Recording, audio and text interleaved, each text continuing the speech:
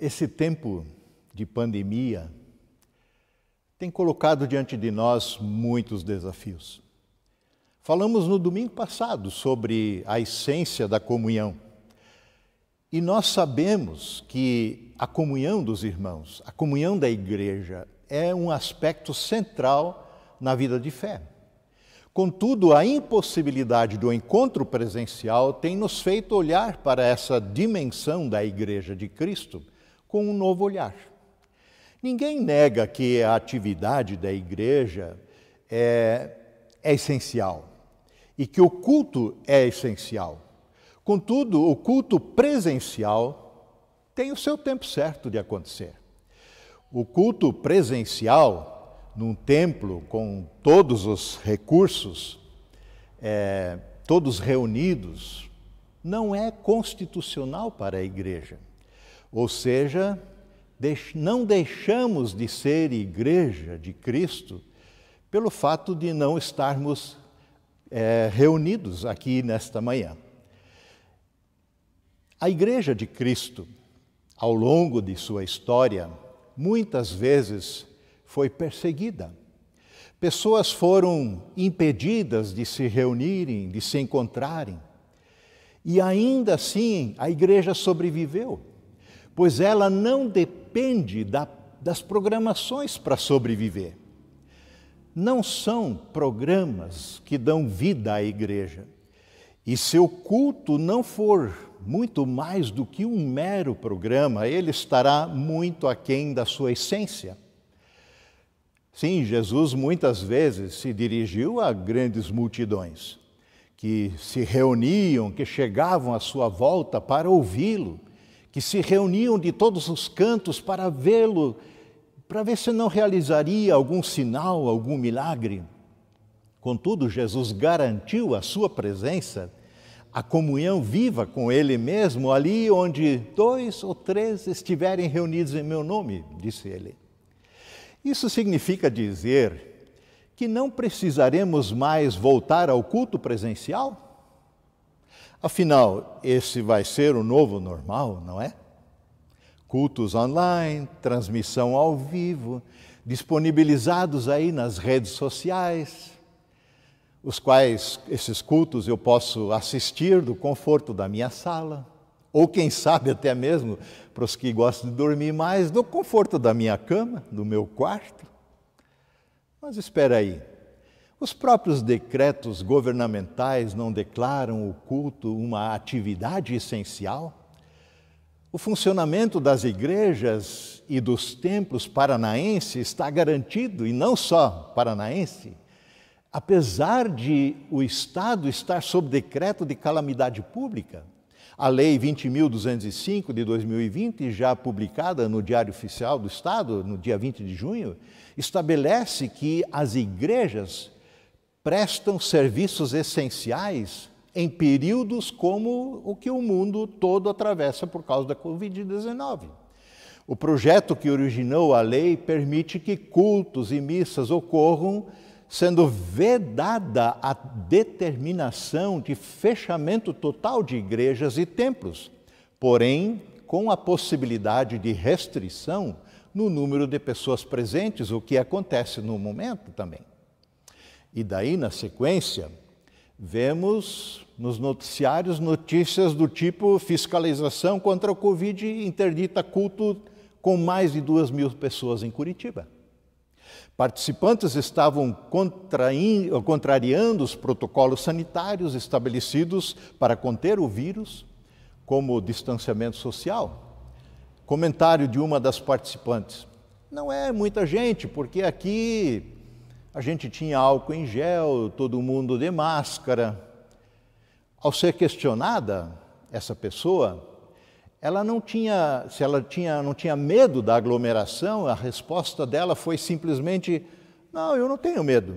E os botecos? Os botecos não estão cheios? Argumentou ela. Bem, argumenta-se, se os botecos estão cheios, se há festas e baladas clandestinas o tempo todo, em tudo que é canto, então por que nós, gente decente, gente crente, não poderíamos celebrar culto ao nosso Deus? Mas sejamos sinceros, eis aí um argumento chulo, desprovido de essência cristã, de uma essência pautada no amor e no cuidado para com o próximo, de uma essência pautada numa observância responsável do que determina a legislação. Afinal, como devemos nos posicionar diante de tudo isso? Os que fecham a igreja para o culto presencial costumam ser criticados por seu medo e falta de fé. Afinal, aqueles que serviam ao Senhor no passado, no contexto bíblico, argumentam-se. Esses sim eram ousados e corajosos na fé, mesmo em meio a grandes ameaças e perseguições. Esses sim eram servos de Deus legítimos, estavam sempre prontos a entregar a própria vida por amor ao Senhor, o qual amavam e seguiam e serviam. Nós hoje é que somos, ao contrário, por demais covardes e medrosos. Mas será? Muitas argumentações têm sido apresentadas, respaldadas com textos bíblicos tirados do seu contexto, muitas vezes, a fim de justificarem interesses particulares. Precisamos nos perguntar, será mesmo que os cristãos do passado eram mais ousados e corajosos do que nós hoje? Não que a gente queira fazer uma disputa aqui. Na verdade, a pergunta nem deveria ser essa. O que está em jogo aqui não é meramente uma questão de coragem. O coronavírus não é uma questão de perseguição à Igreja de Cristo. Não é uma questão de perseguição à nossa fé e nem compromete a nossa fidelidade ao Senhor. O fechamento das igrejas não visa combater a fé cristã. O fechamento das igrejas não visa enfraquecer a fé cristã ou até mesmo exterminá-la. Sei que vou ser redundante aqui, mas não custa repetir. Comércio, shoppings, lojas, locais que têm aglomerações de pessoas, estão fechando como forma de proteção contra um espalhamento rápido da doença, como não era no contexto anterior também. A gente está vendo aí uma contaminação assustadora. Portanto, nada tem a ver com coragem e fé autêntica. Que perseguição existe nisso? Nenhuma. A fé da igreja verdadeira continua firme e centrada no Senhor e Salvador Jesus. Ainda aqueles que procuram argumentar, sempre respaldados na Bíblia, que os profetas bíblicos, por exemplo, repreendiam as pragas, enquanto isso, os pastores acovardados de hoje fecham as igrejas. Já ouvi isso. Vejam como é possível referendar os seus argumentos com referências bíblicas, na maioria das vezes tiradas do seu contexto. Afinal, Jesus não repreendeu toda sorte de mal, argumenta-se. Jesus não repreendia os demônios que imediatamente saíam das pessoas possessas, Lucas 4 e tantos outros textos. Jesus não repreendeu a febre da sogra de Pedro, que imediatamente o deixou, Lucas 4,39. Ele não repreendeu o mar revolto num vento impetuoso, uma tempestade que estava fazendo naufragar o barco em que estavam, e imediatamente tudo se acalmou e ficou tranquilo, Lucas 8 e outros textos. Mas vejam que por 2 vezes Jesus questionou a falta de fé dos seus discípulos diante de tais situações ameaçadoras. Assim que ele repreendeu a tempestade que os ameaçava, Jesus disse aos discípulos no barco: onde está a sua fé? Lucas 8, 24. Ao retornar ao Monte da Transfiguração, os discípulos tentavam expulsar os que ficaram lá embaixo, um demônio de um menino, sem êxito. Jesus então os repreendeu, dizendo: ó geração incrédula e perversa, Até quando estarei com vocês e terei que suportá-los? Lucas 9:41. Então Jesus repreendeu o espírito imundo do menino, que estava no menino, curou o menino e o devolveu ao pai. Pois então, a principal função dos profetas, na verdade, não era repreender as pragas ou então bloquear toda sorte de mal contra o povo de Deus. Muito pelo contrário. Sua função era sempre trazer a palavra de Deus ao seu povo, ao povo de Deus, chamando-os a permanecerem fiéis ao seu Senhor, chamando-os para não se desviarem do seu caminho, para não se tornarem desobedientes à sua santa e perfeita vontade. E essa tarefa tanto incluía anunciar as bênçãos advindas da obediência, quanto anunciar as maldições advindas da desobediência ao Senhor. Por exemplo, em Deuteronômio 28, se vocês se recusarem a obedecer a todos os termos desta lei escritos neste livro, e se não temerem o nome glorioso e terrível do seu Senhor Deus, o Senhor oprimirá vocês e a seus filhos com pragas indescritíveis. Serão pragas intensas e sem alívio, doenças agonizantes e insuportáveis. Assim, a tarefa dos profetas não era repreender as pragas, mas repreender o povo, chamando-os ao arrependimento. Sim, eles também, os profetas, oravam com humildade e intercediam pelo povo diante das dificuldades. Isso é fato, inquestionável. Mas antes de mais nada, os servos do Senhor se humilhavam debaixo da poderosa e bondosa mão de Deus, não importando as circunstâncias. Noé, por exemplo, quando soube do dilúvio, ele não repreendeu o dilúvio, mas ele se submeteu aos desígnios de Deus e construiu a arca. José foi vendido ao Egito, vítima de toda sorte de injustiça pelos irmãos que o venderam como escravo por causa da inveja, jogado na cadeia injustamente, acusado de tentar abusar da esposa de Potifar. Ele não repreendeu a fome quando soube pelo sonho de Faraó, que haveriam 7 anos de estiagem e fome tremenda. Nem mesmo José repreendeu seus irmãos, depois, ao final, pelo que fizeram. Ao contrário, vejam como ele disse aos seus irmãos que estavam cheios de medo e culpa: não tenham medo de mim, disse José. Por acaso sou Deus para castigá-los? Vocês pretendiam sim fazer o mal a mim, mas Deus planejou tudo para o bem. Colocou-me neste cargo para que eu pudesse salvar a vida de muitos. Não tenham medo, eu continuarei a cuidar de vocês e de seus filhos, disse José. Quando José e Maria, por exemplo, ficaram sabendo do plano de Herodes, que queria matar todos os bebês abaixo de 2 anos para ver se pegava Jesus nesse pacote, eles não repreenderam Herodes. Não. Antes seguiram a orientação do anjo do Senhor, que os mandou fugir para o Egito e aguardar lá até que o perigo passasse. E assim protegeram a vida do menino Jesus. O que vemos na Bíblia é que cada servo de Deus agia conforme a direção de Deus em seu respectivo tempo e nas circunstâncias nas quais se encontrava. Seguimos com o templo fechado até hoje.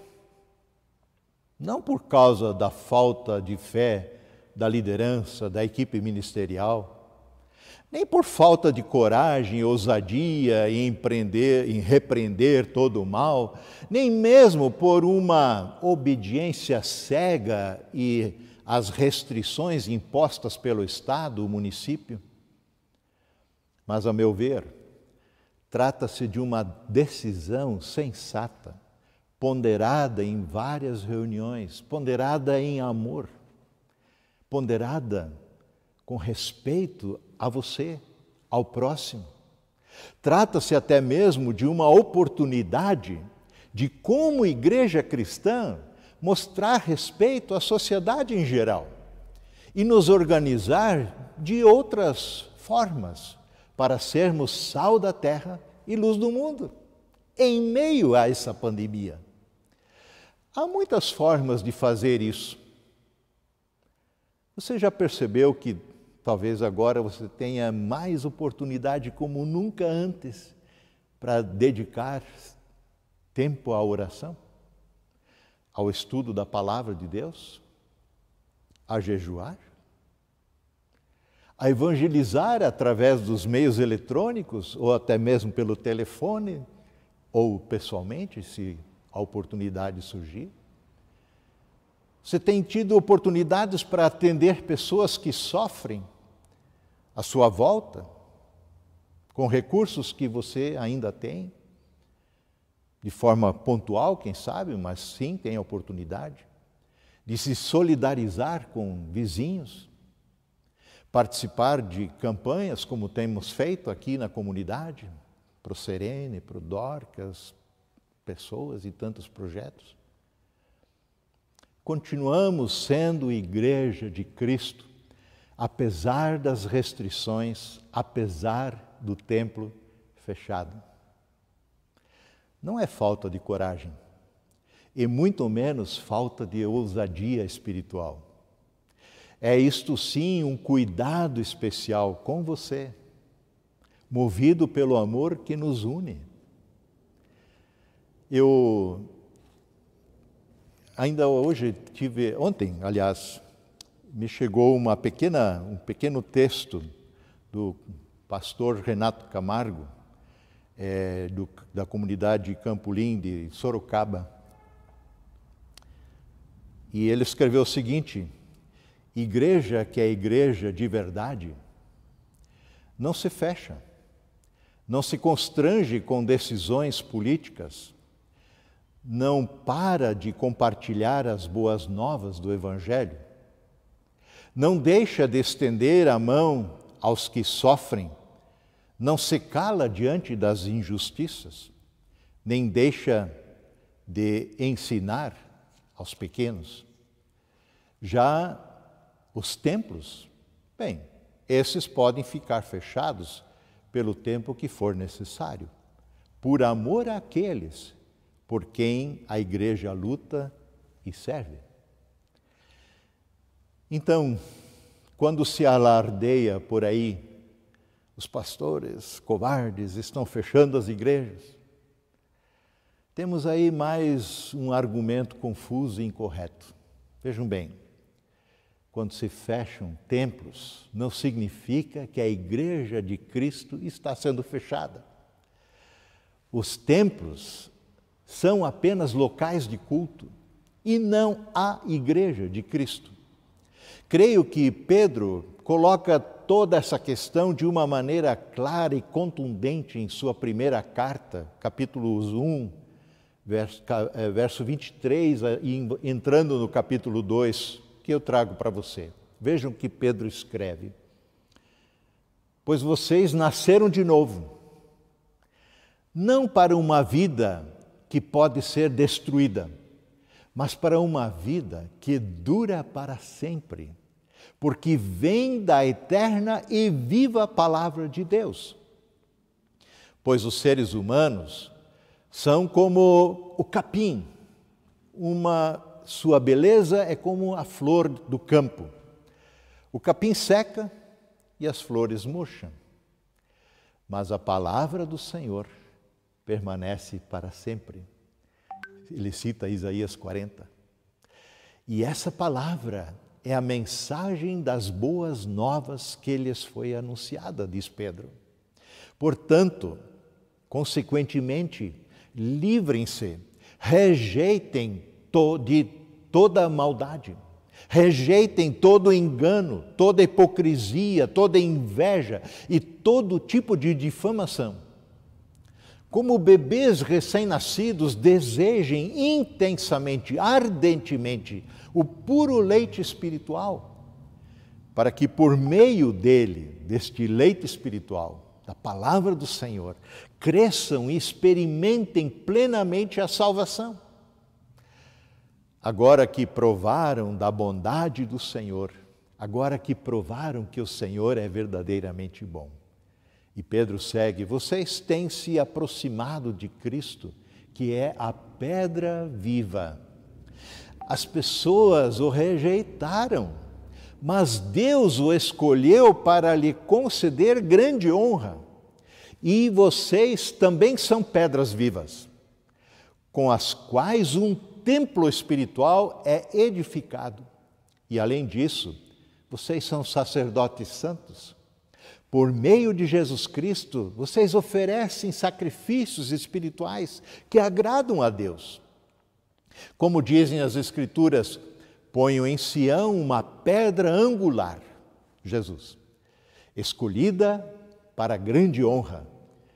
Quem confiar nele jamais será envergonhado. Pedro citando Isaías 28. Sim, continua Pedro, vocês os que creem reconhecem a honra que lhe é devida. Mas para os que não creem, a pedra que os construtores, os líderes do povo de Deus rejeitaram, se tornou a pedra angular, a pedra fundamental. E também está escrito, ele é a pedra de tropeço, rocha que faz as pessoas caírem. Os que não creem tropeçam porque não obedecem à palavra e, portanto, se deparam com o destino planejado para elas. Vocês, porém, vocês os que creem, diz Pedro, são povo escolhido. Vocês, porém, são reino de sacerdotes. Vocês, porém, são nação santa, propriedade exclusiva de Deus. Assim vocês podem mostrar às pessoas como é admirável aquele que o chamou das trevas para a sua maravilhosa luz. Antes, diz Pedro, antes de crerem, vocês nem tinham identidade como povo. Agora são povo de Deus, igreja de Cristo. Antes não haviam recebido misericórdia. Agora receberam misericórdia de Deus. Muitos continuam confundindo paredes de pedras, de tijolos, com a igreja do Senhor, que é um erro. Portanto, a verdadeira igreja de Cristo não está fechada. Ainda que este espaço aqui, que chamamos de igreja, é importante, muito importante. Aqui a gente se encontra, aqui nós louvamos juntos, aqui adoramos o Senhor, aqui nos submetemos à sua palavra, aqui vemos os irmãos, as irmãs, aqui nós expressamos, externamos o nosso amor. A verdadeira igreja de Cristo não está fechada. Ela está plenamente aberta, está se organizando e cultuando de outras formas, sendo igreja no mundo de forma criativa. A igreja de Cristo segue firme e forte, pois as portas do inferno jamais prevalecerão contra ela, disse Jesus. As forças da morte não a conquistarão. Ela vai prevalecer. A igreja de Cristo, feita de pedras vivas, como diz Pedro, que acabamos de ler, não pode ser fechada, pois ela é de Cristo, não nossa. Sempre que a igreja foi perseguida, ela encontrava meios criativos de sobreviver. Nós tivemos a oportunidade de visitar, por exemplo, a igreja chamada Atrás da Cortina de Ferro, nos tempos que eram proibidos, reuniões e cultos, e a gente se encontrava do mesmo jeito, escondido muitas vezes, mas se encontrava. Reuniam-se também os crentes lá no começo, reuniam-se escondidos, até mesmo em catacumbas, no cemitério. O lugar dos mortos tornou-se local de comunhão dos vivos em Cristo. A igreja de Cristo não pode ser fechada, pois ela não tem portas nem trancas. Jesus disse, eu sou a porta, João 10. Quem entrar por mim será salvo, entrará e sairá e encontrará pastagem e alimento. O ladrão, falando do inimigo, Satanás, esse sim vem apenas para roubar, matar e destruir. Eu vim, diz Jesus, para que vocês tenham vida, e vida abundante, plena, eterna.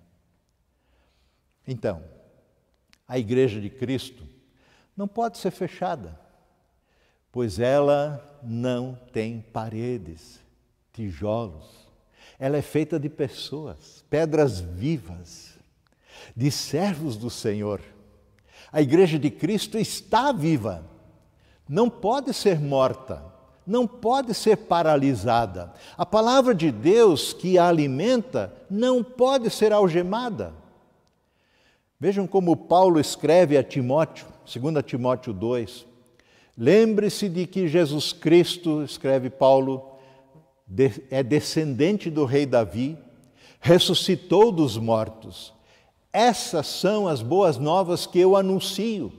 E por causa dessas boas novas sofro e estou preso como um criminoso. Mas a palavra de Deus não está presa. Paulo continua evangelizando, escrevendo cartas que são lidas até hoje. Sim, é impossível prender a palavra viva do Evangelho, que é poder de Deus para a salvação de todo aquele que crê, Romanos 1,16. É impossível prender o Espírito Santo de Deus. Ele é como o vento, você não tranca o vento. Ele sopra onde quiser e ele segue atuante aonde ele quer, convencendo o mundo do pecado, da justiça, do juízo.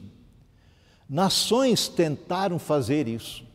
Nações seguem tentando impedir que o Evangelho avance. Não foram e não serão bem-sucedidos. Afinal, o Senhor da Igreja é o Cristo vivo, o Cristo ressurreto, que vive, reina e voltará. Essa é a nossa esperança. Essa é a razão pela qual celebramos e adoramos o Senhor. Essa é a razão pela qual entregamos nossa vida a Ele e o servimos com criatividade, damos talentos e recursos que Ele nos deu. A Ele, portanto, toda a honra, toda a glória, hoje e sempre. Amém.